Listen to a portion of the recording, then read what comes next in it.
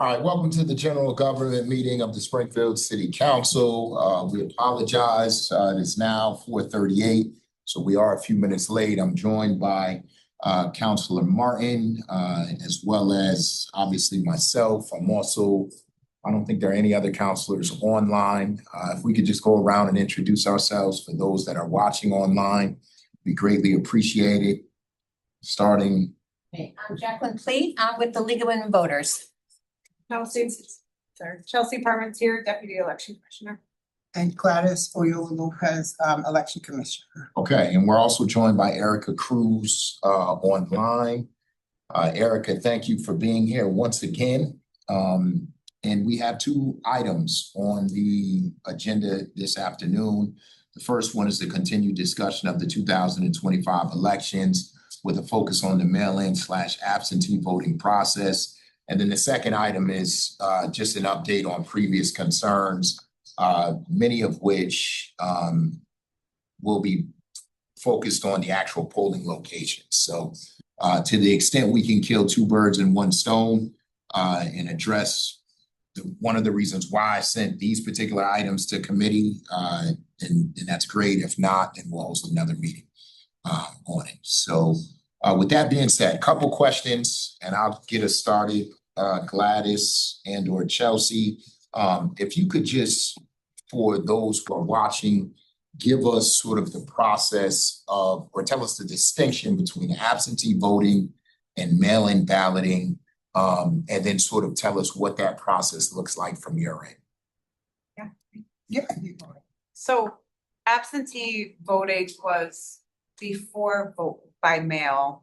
It still exists, but that you really need to have a reason to why you can't vote in person. So you're out of town, you have health concerns, you're in a rehab hospital, whatever the case may be. Vote by mail voting is open to everybody. That's really the two distinctive differences. Okay. So go ahead. Just to clarify, so I think if we want to look at it as a process historically in 2020, which was when we were in kind of the height of COVID, the Secretary of State's office really changed the terminology around absentee voting. Absentee voting used to all voting by mail used to be considered absentee voting. And so the distinction then became early voting is either early voting in person or you're early voting by mail. And I think the further we've come, using the terminology, now everything is considered vote by mail. So any voting that we do, we here just use the catch-all phrase vote by mail. Some people still have that, so it's still written in Mass General Law, absentee voting. It still has all of the rules associated with it. But we in the election office and people, if you talk to anyone statewide in elections, they refer to absentee voting as vote by mail. So, and I think part of why we have chosen to adopt that language and to stray away from using the term absentee voting is just to simplify it for voters. Got it. We're also joined by Councilor Victor Davila, who's also a member of this committee. Can you walk us through the process if somebody wants to vote via mail-in? What does that look like? What are the different ways in which they can do it? What's acceptable? So we have paper applications, which can be requested by phone. We can mail out the applications to the voter. They can fill them out in person. They can register for a vote by mail ballot online at the Secretary of State's website. They can come in, like I said, come in person and fill it out. Those are really the two ways. Calling, coming in, online. They can email it to us. They can download it online, print it out, drop it off. Email it to them if they ask. And what I've heard from a number of voters, and every year, I guess at one point in time, once you say, maybe it was during COVID, once you signed up for an absentee ballot, you received it the next year. No. That was never the case. So every single year, an individual signs up, they have to re-sign for an absentee ballot. Every calendar year. Every calendar year. So there is no difference between, so every calendar year, so if you apply for the primary, then you'll. If that's how you complete the application, yeah. So on the application, there is the option of for a specific election or for all elections within that year. I think where a lot of confusion is coming in with voters, because we get the calls about it, is in the beginning, and even up until now, on a state year or federal year, the state will send out postcards to all the voters. If you want to request a vote by mail ballot, you fill out the postcard and send it into your local election office. So that's something that I think voters will say, well, I get something every year in the mail requesting for me to sign up for a ballot, or if I want to sign up for a ballot. But I think there's the confusion between local and state years on that one.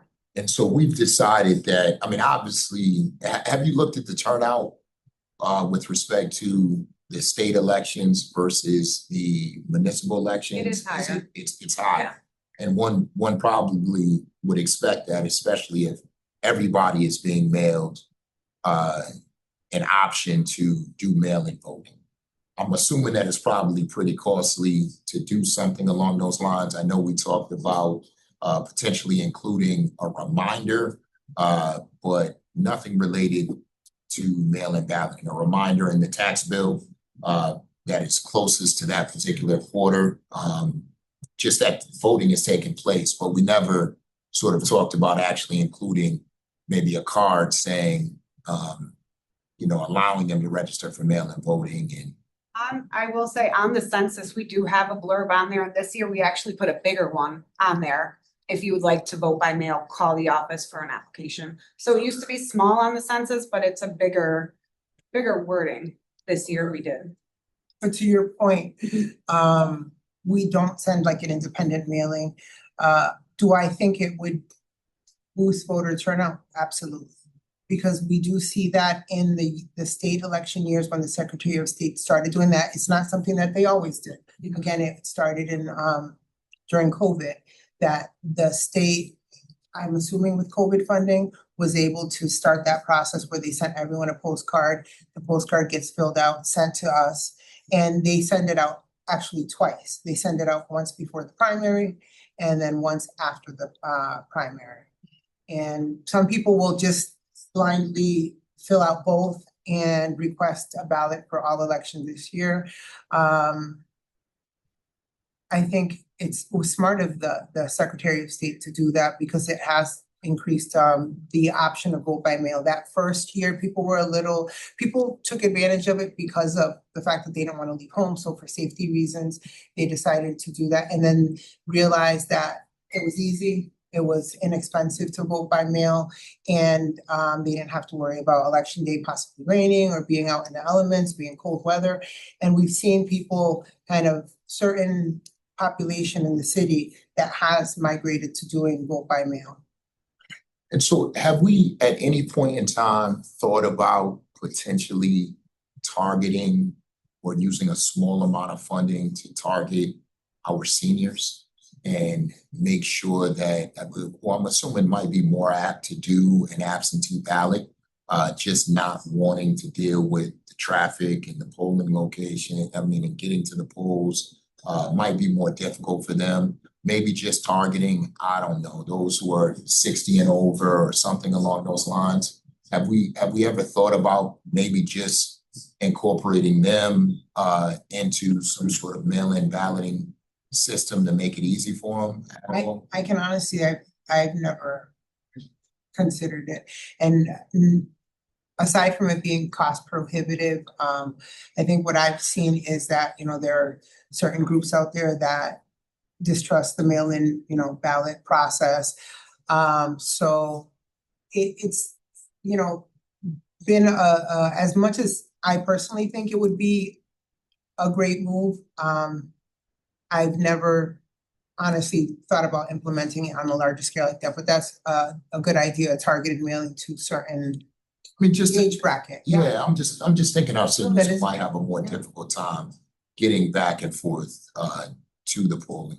Well, and the thing is, I think we're in a good space and place now where it's something that I would be more than happy to go to the finance team about and say, is there Are there funds where we could do maybe two birds with one stone type of situation where if we do the census mailing and have it be an additional cost where we are already paying the postage fees and all we would have to do is maybe add an additional amount to do a buck slip inside of it where they can do the signature, because what we have to require is a signature line for whoever wants to receive the ballot to be able to actually sign. So that's something that we can, discuss with the commission and see Yeah, I how we can implement that, because that is a good idea think it would be something to explore. for city election years, because the state already does Sure. it from the alternate years. For sure, and I'd love to have an idea as to how many people we're talking about, Mm-hmm. how many households we're talking about. 89,000? Yeah. 89, Well, approximately. no, if you just narrowed it down to Oh, the 60. the seniors, or 16 over 65 and older, I don't know what makes sense, but just something to think about. And so a couple other questions before I open up the floor. What do we say to those individuals who say, I signed up for no, before I ask that question. What is the law behind you not being able to continuously receive absentee ballots? And you having to do it every year? Who tells us that? We used to have, the Secretary of State. The Secretary of State's office is there, and I can look it up, I don't So they have the actual, yeah, so it So is, they yeah. mandate that you have to sign up for an absentee ballot every Yeah. single year. And there are some voters that are kind of, they're savvy at this point and that's their preferred method of voting. So every January, they'll call us and say, can you send me my application? And then they will sign up for all elections this year in January. There are others that are not, and, they kind of wait till right before the election to do it.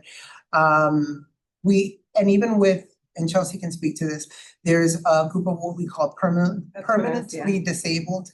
And so we maintain a list in the election office of. Which is really just one person at this point. So back when it was solely absentee, you needed kind of a reason. We used to require a letter or some kind of note from a physician saying that they would benefit from receiving their ballots by mail. So if we got that from a physician, we would keep a file of it and they'd still need to do the application every year. But the only difference is I would automatically send them out in January. So it's still up to the voter to return it back to us. But it was kind of an automatic mail out, yeah.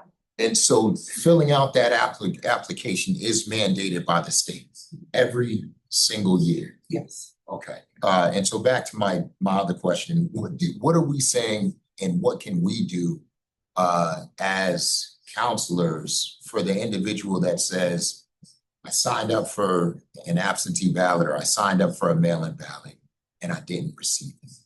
What is it that we can do as electeds? Where do we direct them? How do we, because there are a number of people that I heard from in the 2025 elections that said that they signed up for a mail-in ballot and for whatever reason they didn't get it. I think one of them I ended up contacting you all and you ended up remailing it. But what should we do? I think the first thing you should do is tell them to call us because we can look into it because we have a lot that we end up with a file of, say, issued applications. So if the address has changed, they didn't put a phone number, we now have to mail them a letter if they're not at the address it states in the city. So a lot of that is having the right information on the application. So if we have one that is, they've moved since they filled out the application, we mailed it to a previous house, it comes back to us, we tried mailing it again, there's no phone number, we have to mail a letter verifying the address, where is it going, is your name on that mailbox, because they won't forward a ballot. So it's very important to make sure that the information is correct on those applications so that we make sure we're sending them to the correct place too. And so we talked about verifying folks' voter status on the database at the state's website. Yes. When that information comes up and someone wants to find out whether they're an active voter or is interested in a mail-in ballot, their application needs to match That, that. yeah. Yeah, Because that's where they're, that's what we have. that's in our- what you have. Unless they've moved, then they have to update it with us If to you will. match the new address on the application, yeah. Okay, We do have a lot, sorry, we do have a lot of people too that if they've moved, they'll submit the registration with the absentee application or vote by mail application. So I submit moved like a like a, voter registration, like just a voter, I a new, moved, I don't know if I updated my address, I want to vote by mail ballot, here's both. okay, And that's one of the things that we do tell candidates or currently elected officials. If you're going out to do door to door, if you're going to do a voter event, here, give them all of these materials and have that person, it's an extra step, unfortunately, have them, if they, because you ask someone, the first thing I'm gonna do as a candidate is ask you, are you registered to vote? That's my first question. And if they say, I don't know, or they say, yeah, but I don't remember where I was registered, I would ask them to please fill out the registration. I encourage, because I do like the vote by mail process, I encourage candidates to take the vote by mail application. So when Chelsea preps the packets downstairs, all those materials are made available, or at least if the understanding is you can take any of the materials we have in the office. Part of that is, please take a registration, please take an vote by mail application. Give it to that voter and have them fill out both if they want to vote by mail. And when we get those, even if the registration is a duplicate in our system, sometimes we're changing something as seemingly insignificant as a middle initial. And we update their registration, we update their census year, so they're active for this year. And then we have the matching vote by mail application. So then those two pieces of paper then become kind of like updating their record. I would even go as far as saying, have that as a tool for you, if whoever, whatever candidate wants to go out there and you're doing your door knocking, if you can't make it to the polls here, consider and leave a vote by mail application on each doorstep, because someone in that household or someone in their family or their neighbor may take that application and vote by mail. To your point, as far as them reaching out to you and saying, well, I requested the ballot, I never got it.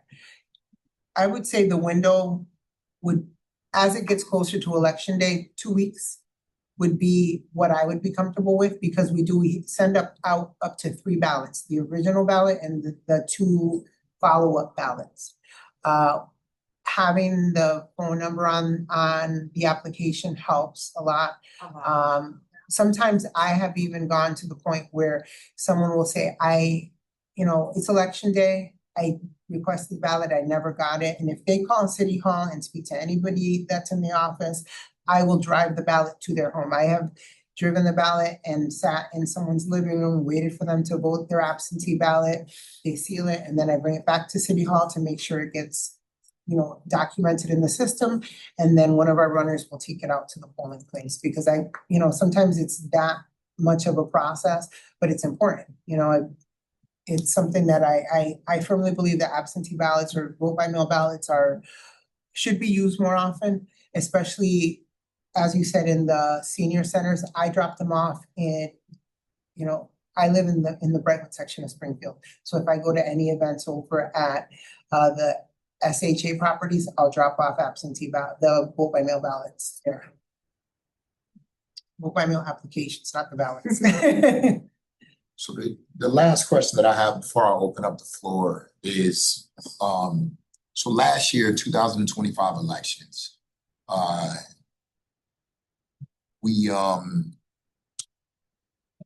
obviously was running, and as we normally do, I had signed up to receive an absentee ballot. As we got closer to the election, I was wondering why my absentee ballot did not come in. And my wife also had signed up for an absentee ballot. And so I picked up the phone and called Chelsea to find out what was going on. And lo and behold, I had signed up on the state's website.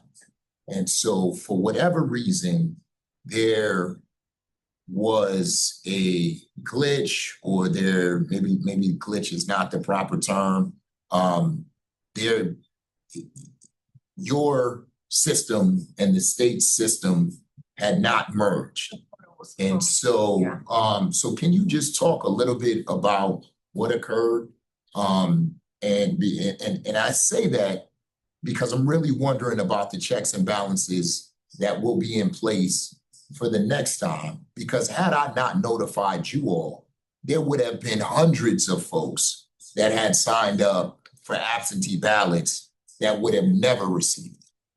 So if you could just tell us a little bit more for those who are listening, what occurred, and then what are we doing to prevent that from happening again, whether it's on your side or on the state side? So correct me if my verbiage is wrong on it. Yeah. Local elections have to opt out of vote by mail. Or you can opt out of vote by mail. If you don't, the state has to know that you're doing it and everything. So I think there was just the miscommunication of them not opening the portal. So the election dates were in our system, but that connection between their website and our VRIS system was not connected. So I don't know if it's like a flip of a switch for them to let that portal be open so I can view it. Can you explain what the portal is? Oh, yes. So when you do it online, when you request the application online or the ballot online, it comes through to a queue, if you will, in our VRIS system. And it's a button you click on and it goes into the EV applications. And when I was doing that, it wasn't open for that specific election date. Until I contacted the state and said, we are doing vote by mail. This should be accessible. And then that's when they all came through and I was able to process. So I'm sorry Yeah, to that's interrupt, fine. Counselor. So the process starts when, for every election, when it comes to the vote by mail. The staff, every morning when they walk into the office, they log into what she referred to as a VRS system, which is our voter registration and information system. It's housed here in the building, the server is housed in the building, but it's a state server. And it communicates directly with the Secretary of State's Elections Division. They are able to basically push through applications on our computer that the staff can view every morning if there are applications to view. So when the staff logs in, they'll see, oh, these are all the registrations of anyone that has registered at the Mass Health, at the RMV. They'll see another queue that has anyone that's requested an absentee ballot on the Secretary of State's website, which is what you referred to that you and your wife did. Now, when we open that queue, if there's no applications and if there are no names, then the assumption is that no one has applied.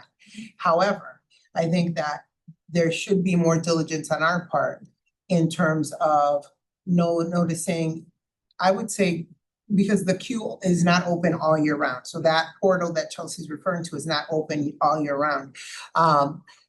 Communicating with the Secretary of State's office to say, when is the beginning? When is it open, so that we know this is when we should start wondering if there are no applications in the queue in the morning when the staff logs in, then there should be a call. So they have a help desk, a dedicated elections help desk that we should call and say, hey, is the portal open? So then that way, because there has to be an application. At some point, especially as we get closer to the election, we should be seeing applications on our end when we log into the queue every morning. Yeah. So that has to be, I think, an added step that we make sure. Yeah. So that there's a checks and balances. And so there was not, so when you all sent out that first batch, Mhm. You all weren't thinking at all about, you just assumed that everything would come to that particular server that you had. You assumed that they were already there. Yeah, I'll speak for myself because during state years and federal years, it's just open. We get them all the time. So by not having it, I didn't even think twice about it at the time because we never really have to check. The with portal was Secretary not, of and the State. portal was not something that was in use, probably prior It's to only been years. 2020. I think 23, so, yeah. It's relatively new. That portal is relatively new as a format to request the vote by mail ballots. Got it.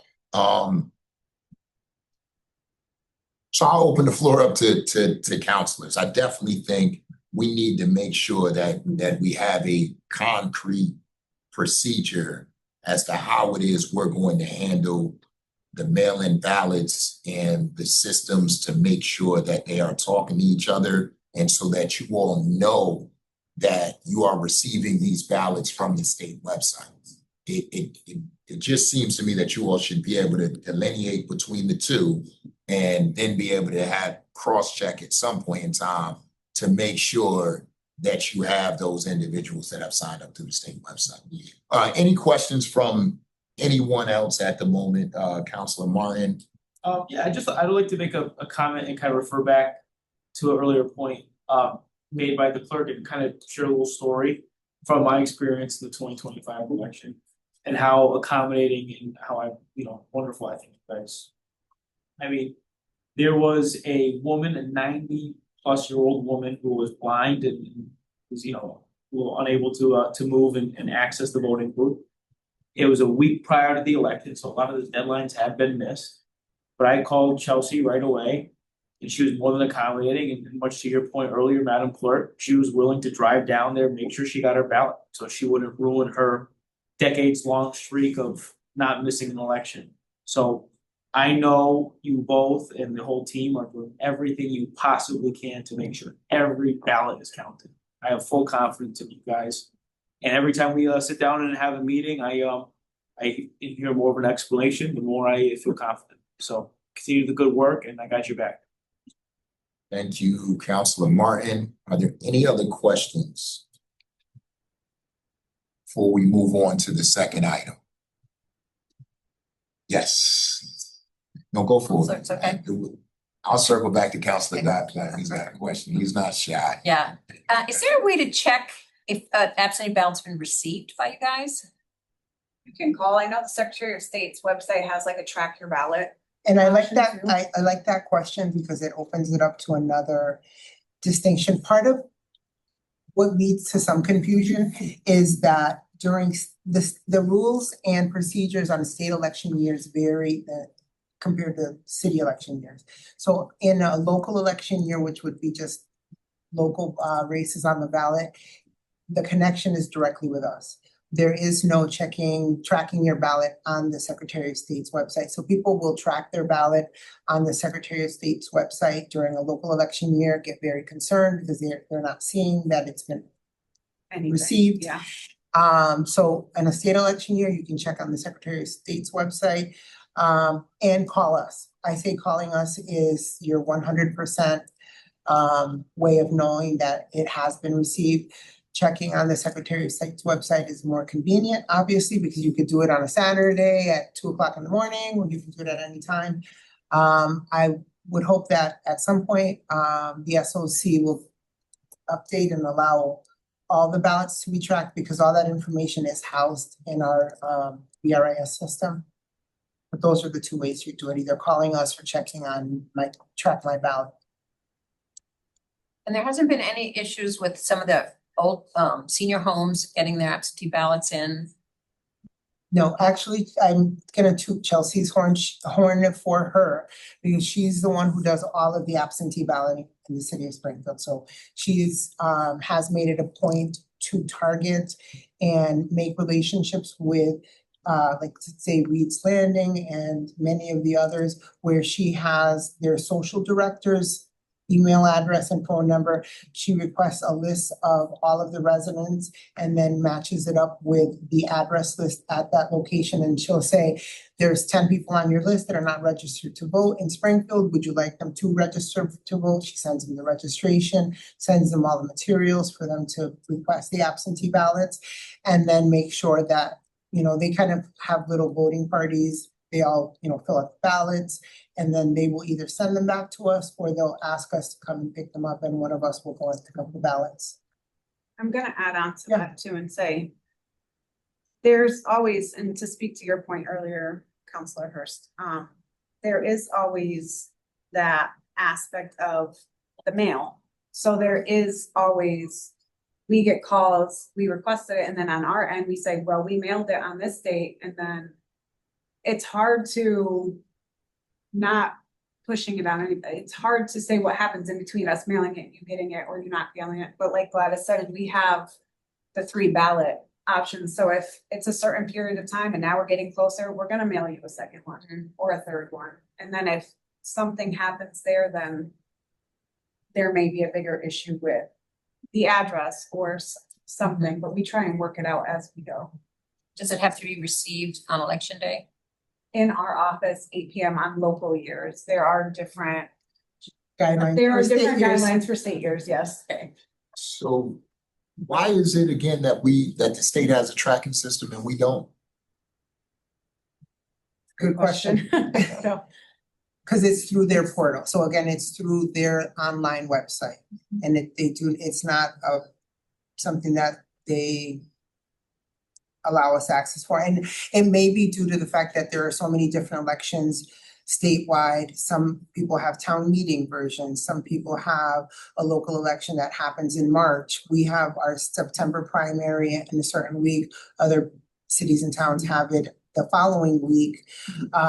So I'm not sure if that's the case, whether it becomes, unmanageable for them. It's something that I'm more than happy to reach out to, Kelly, is it Kelly? Yeah. Reach out to and ask her, if it's something that they plan to offer, if it's something that's even possible on their end for local elections. Local election ballot tracking. Seems to me like it would give voters a sense of security that their vote is actually counted and received. I agree. So if we And can it'd do be it, then easier than us getting 100 calls. that's what I'm gonna say. Confirm it's not Seems to be extremely time consuming. Yeah. Ms. Cruz, I see your hand raised. Councilor Davila, if you would like to speak after Ms. Cruz, if you have any questions, then the floor will be yours, sir. Ms. Cruz. Go ahead. Thank you, Chair. I appreciate you. So I do have a question for the Election Commission. On June 2nd, 2026, the U.S. Postal Service has published a proposed rule to allow the federal government to control who casts a mail-in ballot or absentee ballot. Do you guys have a plan, like a backup plan for that? Do you guys know about that at all? It's something that we receive guidance from the Secretary of State's office, and we will not be following a guideline where the US Postal Service would determine who can cast ballots. That's strictly against any state law that Secretary Galvin has now on the books for elections. I think, unfortunately, nationally, I'm glad you brought it up, Erica. There has been so much talk in the news recently about limiting or changing voting so that it affects probably people who need that type of access the most. And the last thing that we want to do, I think I'll speak for the entire state of Massachusetts, it's disenfranchise any voters. Every single vote, as Councilor Martin said, we count every vote, but we want more votes to count. We want to be able to have every single vote by mail ballot here in the state. And that is not something that we are in favor of whatsoever. Thank you, Thank you. Gladys. Thank you. Thank you, Ms. Cruz.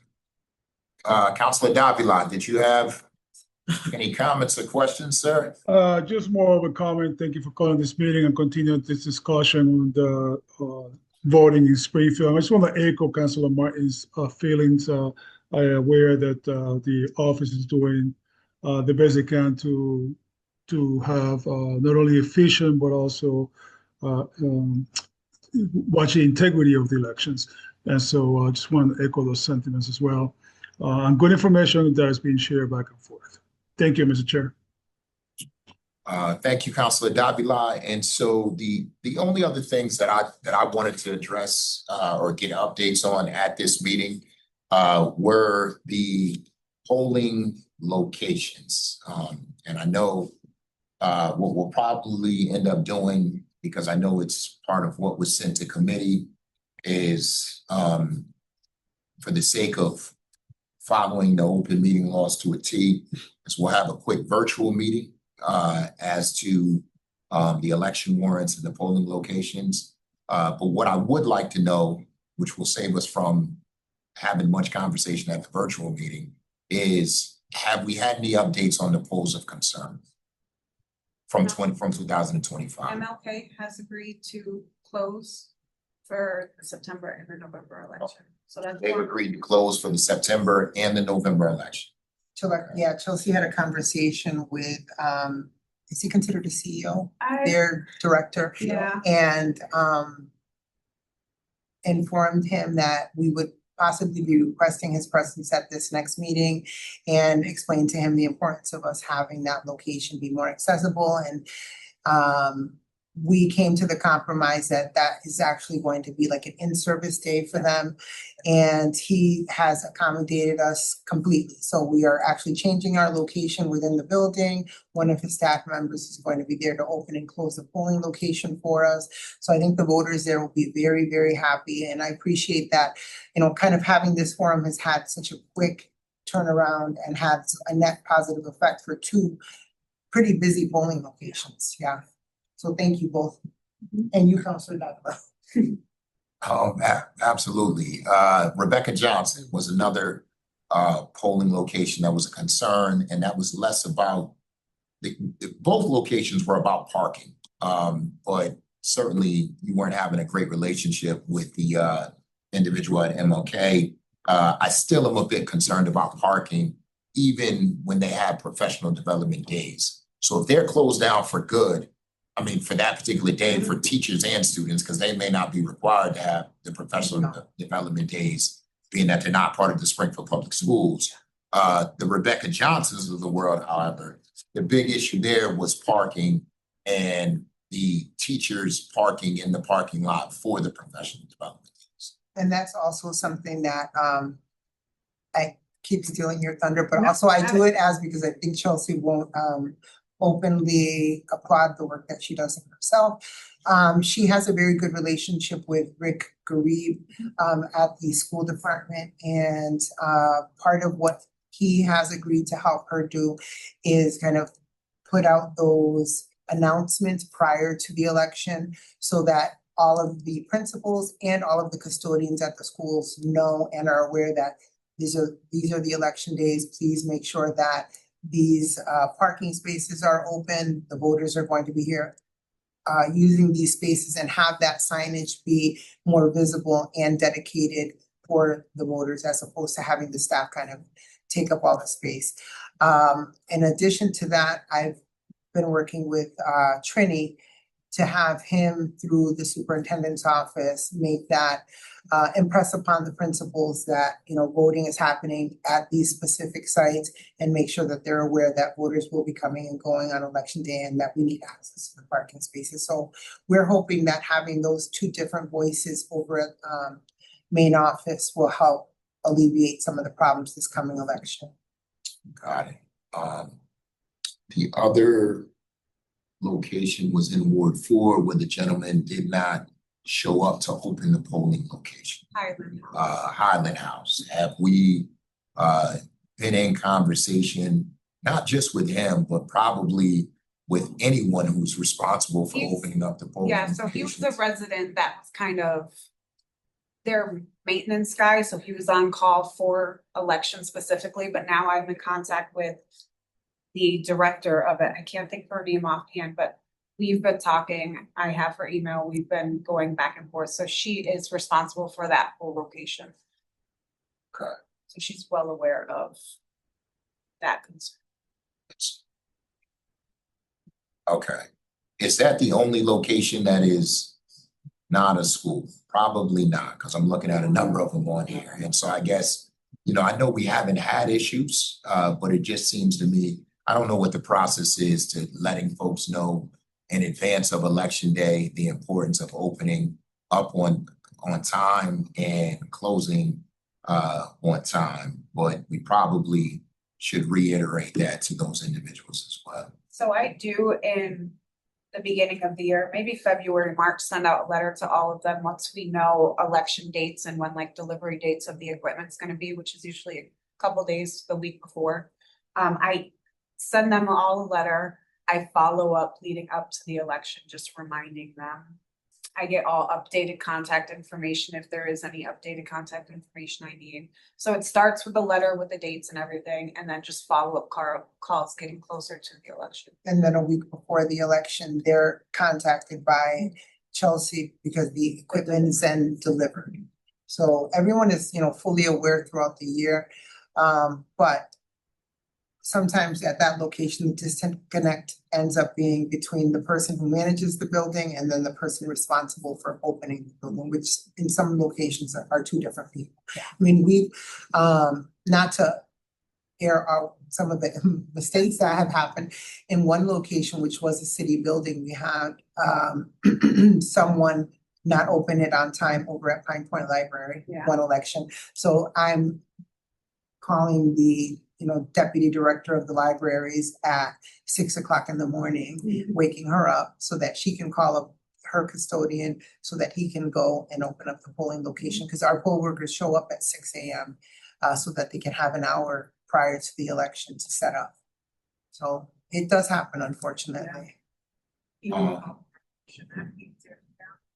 Mason Square, Library, and Brookings were the only, I believe, other two concerns that we talked about as it relates to polling locations. Mason Square Library was an issue with folks parking in the front, then having to walk around the back. That shouldn't be an issue this year. The construction there is done. Okay. So hopefully that's all back to normal. So I think about that, while I think about that in terms of that location, there are a lot of, there's a lot of construction happening, because I know we approved construction for the schools, and especially because they're having primaries, which are, right after school starts. I just think we want to make sure that there is not any construction happening at the locations in advance. And if there is, I'm sure you all will figure out a way around it, but that particular site received a lot of complaints. It was extremely difficult for some folks to access the so that is good. And then Brookings, any updates on are we going to send out any further reminders? I know that was a new polling location. I'm sure folks are still getting acclimated with the fact that it's now moved from the J.C. Williams to the Brookings. Is there, were we thinking about doing any sort of reminders? Is Brookings part of the 11th Hampton District? We won't have to this year, luckily, because the Secretary of States will be doing their mailing. So because it's a state election year, each voter gets mailed what we call their red book. Yeah. So they're going to get a dedicated mailing, any voter in the city of Springfield, and that will have their warded precinct listed on it. Additionally, we still intend to put up signage at the old location, which we do whenever we move polling locations. We will keep signage up several elections afterwards, just to remind them that this is not their location any longer, especially this year because it's a governor's, lieutenant governor's race. I do expect people to turn out that may not have voted in the last local election. Got it. So yes, there is a mailer that's going to go out. It's just not going to come from us. Got it. Okay, those are all of my questions. Are there any other last minute questions before we close the meeting? Yes. Question about, I have no doubt the election commission is doing an amazing job of counting every vote and getting out absentee ballots. But there's a whole group of people who just don't vote. They just don't register and they don't vote. And I assume there's a lack of finances in this local area and in the state to have money to do things like billboards or PSAs or mailings or, because that all takes money. But our turnouts are pretty awful in the Springfield area. We're working hard to try to get the word out, but I don't know if there's anything that the commission can do or has any funds to do. Well, and I think that's a struggle statewide. We just saw the recent tax override question, right, in South Hadley, where they had their voter turnout was atrocious. And for such an important election, and we struggle with it every election. I mean, that's something that Erica, who's online, you yourself, we've been attending these meetings. What we've started is trying to take advantage of the input from different groups, including Tracy Carpenter over at Mass Senior Action or Yeah. League of Women Voters Northampton, depending what day it is, what hat she's wearing. And she's doing the PSA online, something that Erica had not Erica, it was Tara had suggested was us increasing our social media presence. So we're aiming to do at least multiple posts a week on our Facebook and do things like that to just have voting be a little bit more visible. Tomorrow, we're going to be at Union Station doing a voter event with the Shannon Grant groups, the Shannon Grant recipients. So I think our aim is we've done it, you know, in certain spaces and places where we've been invited in the past. And I think this year, based on our work with Councilor Govan and that voting initiative that suggested and started, is to start attending events where we aren't invited and we're just inviting ourselves. We have a new employee who has volunteered to go to all the C3s and EC3 meetings during the week and just kind of be a face at those events. And that's what we can do at this point. I don't know what the answer is. I think it's been a struggle since I started back in 2004. We worked with Neighbor to Neighbor, and they go door to door. The different unions go door to door, and I don't know what the answer is, unfortunately. I'll keep working on it. Yep. Thank you, Ms. Cruz. I will give you final word unless Councilor Davila has a question. Yeah, I just wanted to follow up with her question. Yeah, I was gonna jump in and let them know that we have been working with the coalition. Both me and Tara actually suggested the social media presence, and I did suggest to the Elections Commission to start promoting becoming poll workers. And at least we believe, my organization believes, if we start promoting that, which they are doing, which is great. If we start promoting the public being engaged in becoming co-workers and letting them know, hey, you can get paid for the day, that might also help amplify the voter turnout. So I'm just hoping that maybe everyone can be on board and help the elections office out with that. Just letting like maybe the League of Women Voters and any other organizations, let them know to start also not just asking people if they're registered to vote, but if they are registered, to then become poll workers to also help the election commission out, because I think that would be very helpful for them and also help the voter turnout. Thank you. Councilor Davila, since I don't see your hand raised. Yeah, no question. Thank you. Okay, we are going to adjourn the meeting, but Councilor Davila, I just want to make you aware, and Councilor Martin, I am going to set up a virtual meeting to deal with the item that we sent to committee yesterday. It will be all virtual and it should take all of 5 minutes since I've pretty much asked all of my questions, and I'd imagine you all probably are not going to have too many. So I will give you a buzz to let you know, Councilor Davila, after I coordinate with Gladys and Chelsea to see when that meeting will be. Sometime next week. All right.